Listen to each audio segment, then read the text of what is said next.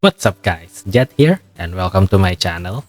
Ikaw ba ay may bagong account ng MP2 or kakagawa mo ng MP2 na account pero hindi mo alam kung magkano ang makukuha mo pagka natapos mo ang hinuhulog mo within 5 years monthly na certain amount?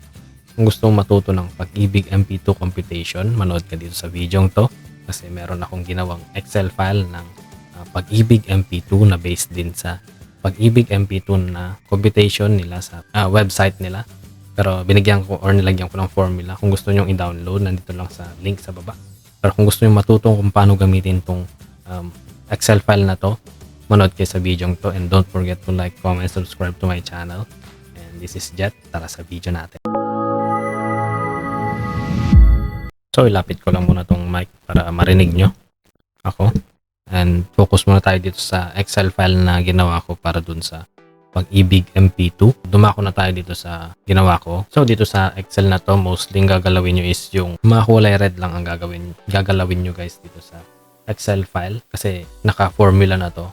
And hindi nyo na kailangan mag-effort na maglagay ng kahit anong mga ibang bagay. So kung maghuhulog kayo ng, kunwari, maghuhulog kayo ng 500 monthly kasi 500 yung minimum natin sa MP2 monthly maglalagay tayo ng 500.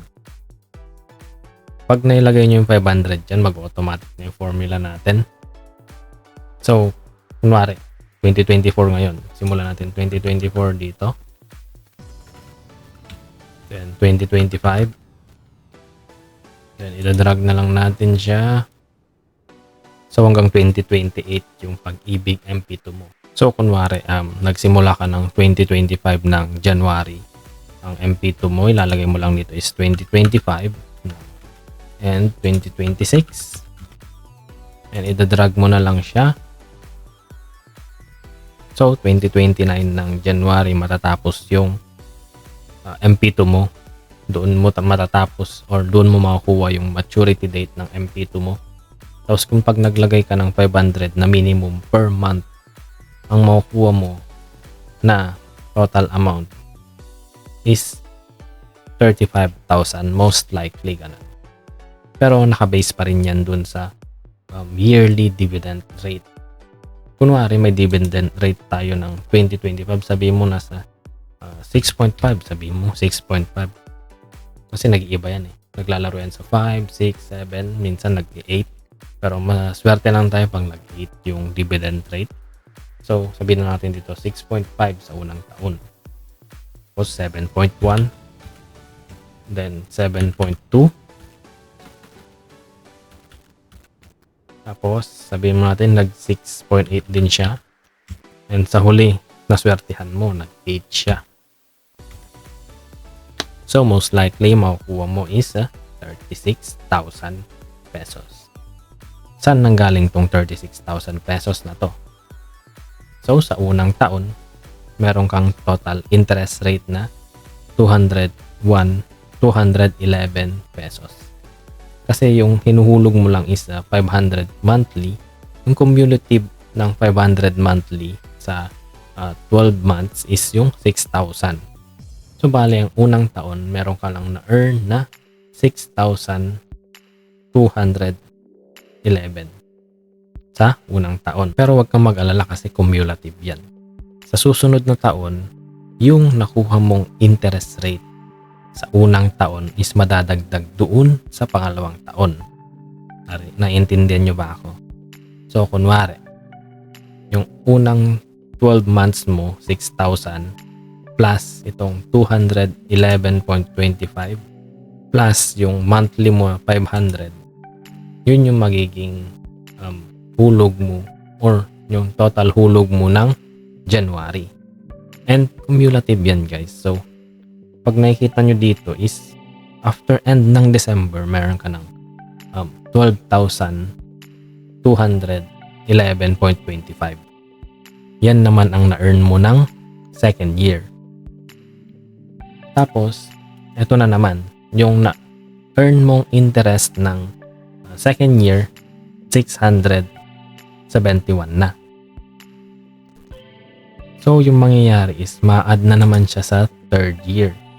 Katulad ng sinabi natin sa second year kanina, ma-add na naman. And nagtutuloy-tuloy ang process na yan hanggang sa maabot mo ang 5th year, which is yung huling taon ng MP2 mo kung kailan magmamature yung MP2 mo.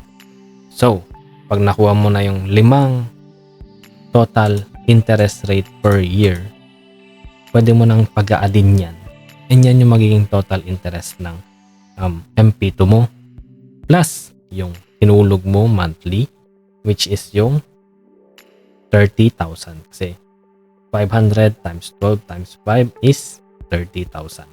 So, mangyayari is yung 30,000 mo na hinuhulog mo monthly na 500, magiging 36,000 siya. Kasi 30,000 plus yung interest rate, 36,000 na. So, yun.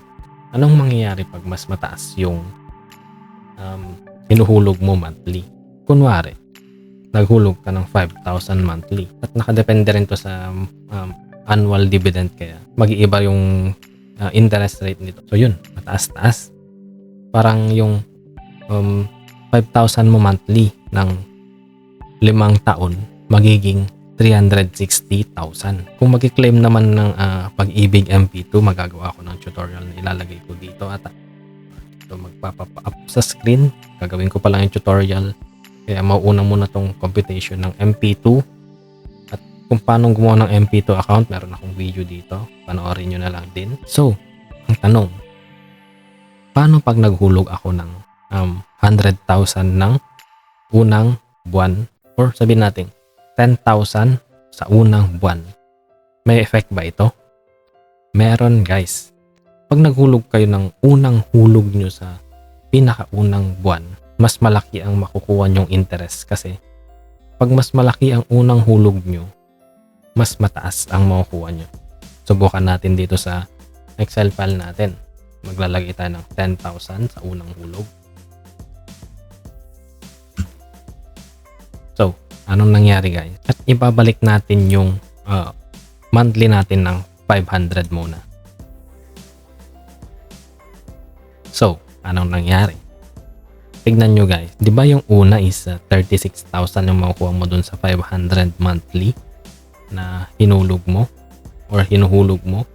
Pag nag-add ka ng 10,000 sa unang hulog, so bali parang 40,000 na ang hinulog mo.